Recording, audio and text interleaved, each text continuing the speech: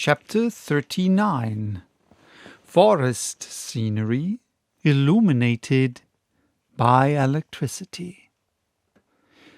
For another half-hour we trod upon a pavement of bones. We pushed on, impelled by our burning curiosity. What other marvels did this cavern contain? What new treasures lay here for science to unfold? I was prepared for any surprise. My imagination was ready for any astonishment, however astounding. We had long lost sight of the seashore behind the hills of bones. The rash professor, careless of losing his way, hurried me forward. We advanced in silence, bathed in luminous electric fluid. By some phenomenon which I am unable to explain, it lighted up all sides of every object equally. Such was its diffuseness, there being no central point from which the light emanated, that shadows no longer existed. You might have thought yourself under the rays of a vertical sun in a tropical region at noonday and the height of summer. No vapour was visible.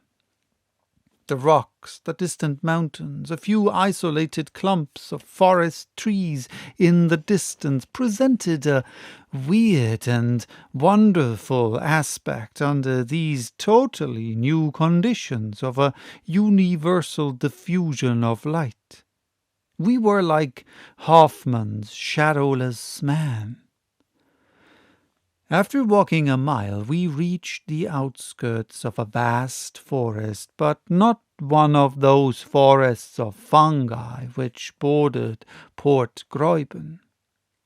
Here was the vegetation of the tertiary period in its fullest blaze of magnificence.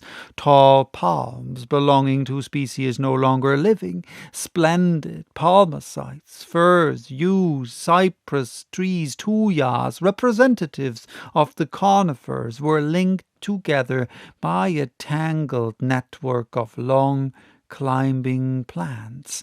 A soft carpet of moss and hepaticas luxuriously clothed the soil. A few sparkling streams ran almost in silence under what would have been the shade of the trees, but that there was no shadow. On their banks grew tree ferns similar to those we grow in hothouses, but a remarkable feature was the total absence of colour. In all those trees, shrubs and plants growing without the life-giving heat and light of the sun. Everything seemed mixed up and confounded in one uniform silver-grey or light-brown tint like that of fading and faded leaves, not a green leaf anywhere. And the flowers, which were abundant enough in the tertiary period, which first gave birth to flowers, looked like brown paper flowers, without colour or scent. My uncle Liedenbrock ventured to penetrate under this colossal grove. I followed him, not without fear, since nature had here provided vegetable nourishment. Why should not the terrible mammals be there too? I perceived in the broad clearings left by fallen trees, decayed with age, leguminose plants, Arseniae, rubicae, and many other eatable shrubs dear to ruminant animals at every period. Then I observed, mingled together in confusion, trees of countries far apart on the surface of the globe. The oak and the palm were growing side by side. The Australian eucalyptus leaned against the Norwegian pine. The birch tree of the north mingled its foliage with New Zealand kauris. It was enough to distract the most ingenious classifier of terrestrial botany. Suddenly I halted. I drew back my uncle. The diffused light revealed the smallest object in the dens and distant thickets. I had thought I saw— no, I did see, with my own eyes, vast, colossal forms moving amongst the trees. They were gigantic animals. It was a herd of mastodons, not fossil remains, but living and resembling those the bones of which were found in the marshes of Ohio in 1801. I saw those huge elephants whose long flexible trunks were grouting and turning up the soil under the trees like a legion of serpents. I could hear the crashing noise of their long ivory tusks boring into the old decaying trunks. The boughs cracked, and the leaves, torn away by the cartloads, went down the cavernous throats of the vast brutes. So then the dream, in which I had had a vision of the prehistoric world of the tertiary and post-tertiary periods, was now realized, and there we were alone in the bowels of the earth, at the mercy of its wild inhabitants. My uncle was gazing with intense and eager interest. "Come on," said he, seizing my arm. "Forward! Forward!" "No, I will not," I cried. "We have no firearms. What could we do in the midst of a herd of these 4-footed giants? Come away, uncle, come! No human being may with safety dare the anger of these monstrous beasts." "No human creature?" replied my uncle in a lower voice. "You are wrong, Axel. Look down there. I fancy I see a living creature similar to ourselves. It is a man." I looked, shaking my head incredulously, but though at first I was unbelieving, I had to yield to the evidence of my senses. In fact, at a distance of 1/4 of a mile, leaning against the trunk of a gigantic kauri, stood a man, a human being, the Proteus of those subterranean regions, a new son of Neptune, watching this countless herd of mastodons.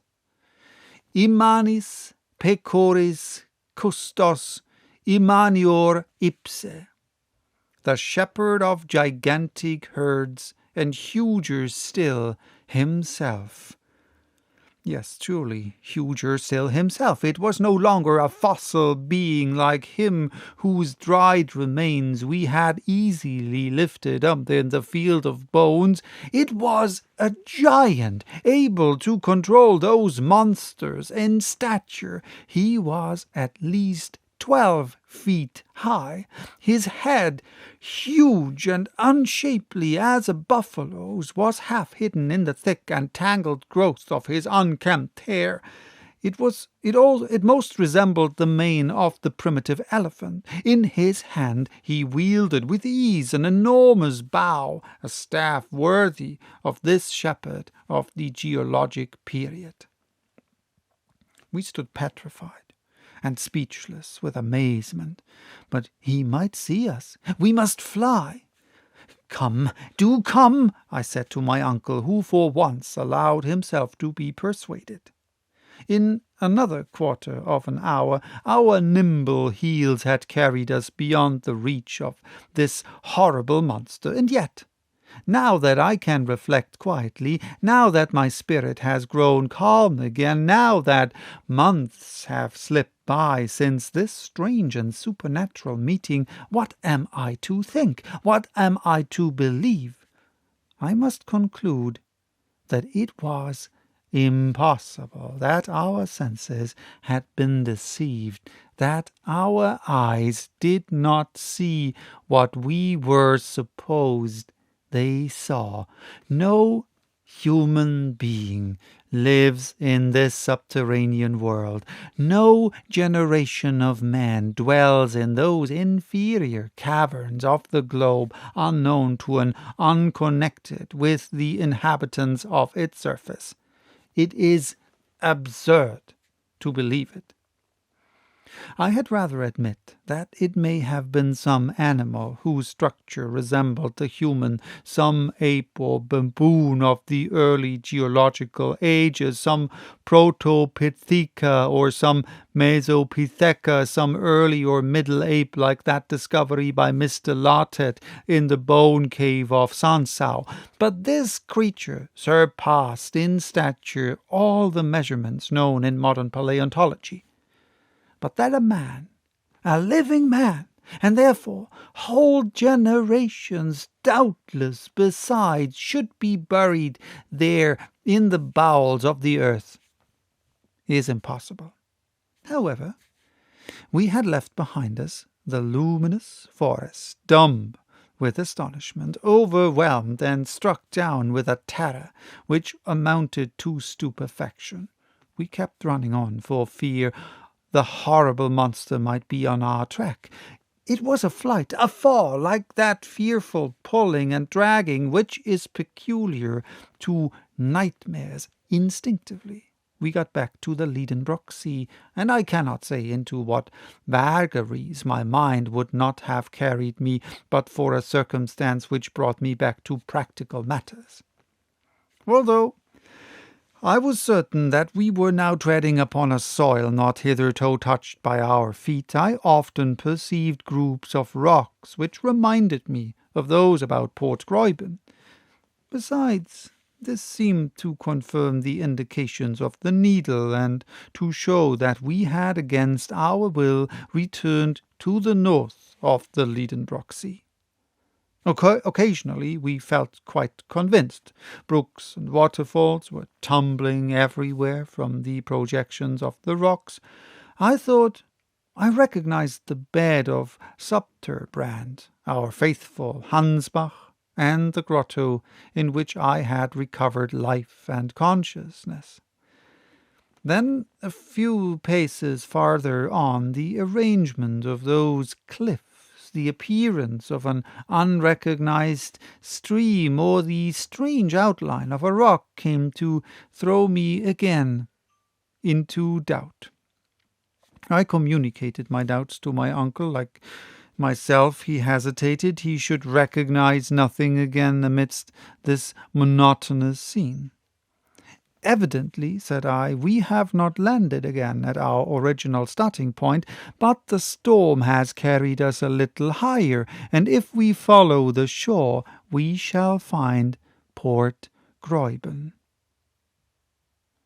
If that is the case, it will be useless to continue our exploration, and we had better return to our raft. But, Axel, are you not mistaken?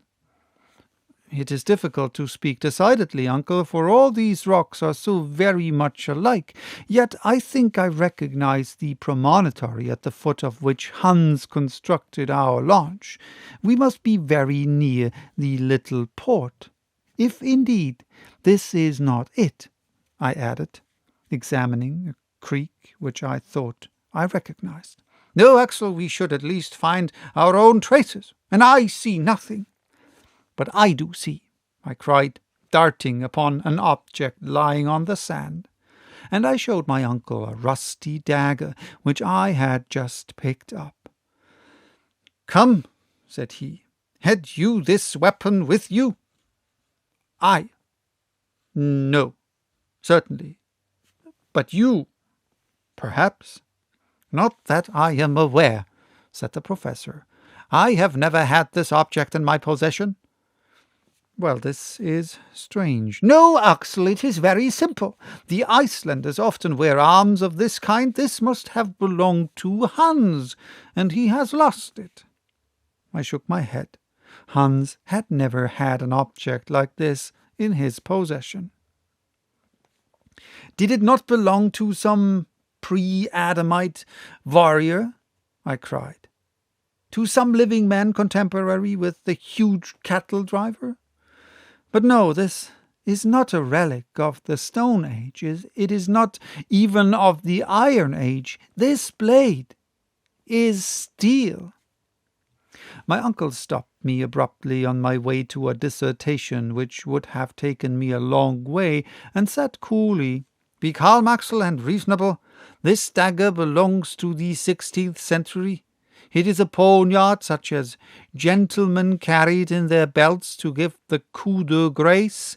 Its origin is Spanish. It was never either yours or mine or the hunter's, nor did it belong to any of those human beings who may or may not inhabit this inner world. See, it was never jagged like this by cutting men's throats. Its blade is coated with a rust neither a day nor a year nor 100 years old." The professor was getting excited according to his wont, and was allowing his imagination to run away with him. "Axel, we are on the way towards a grand discovery. This blade has been left on the strand for from 1 to 300 years, and has blunted its edge upon the rocks that fringe this subterranean sea. But it has not come alone. It has not twisted itself out of shape. Someone has been here before us. Yes, a man has. And who was that man? A man who has engraved his name somewhere with that dagger. That man wanted once more to mark the way to the centre of the earth. Let us look about. Look about!" And wonderfully interested, we peered along the high wall, peeping into every fissure which might open out into a gallery. And so we arrived at a place where the shore was much narrowed. Here the sea came to lap the foot of the steep cliff, leaving a passage no wider than a couple of yards. Between two boldly projecting rocks appeared the mouth of a dark tunnel. There, upon a granite slab, appeared two mysterious graven letters, half eaten away by time. They were the initials of the bold and daring traveller. "A.S.," shouted my uncle. "Arne Saknussemm! Arne Saknussemm everywhere!" So, that was chapter 39. Bye-bye. Till next time with chapter 40, Preparations for Blasting a Passage to the Center of the Earth.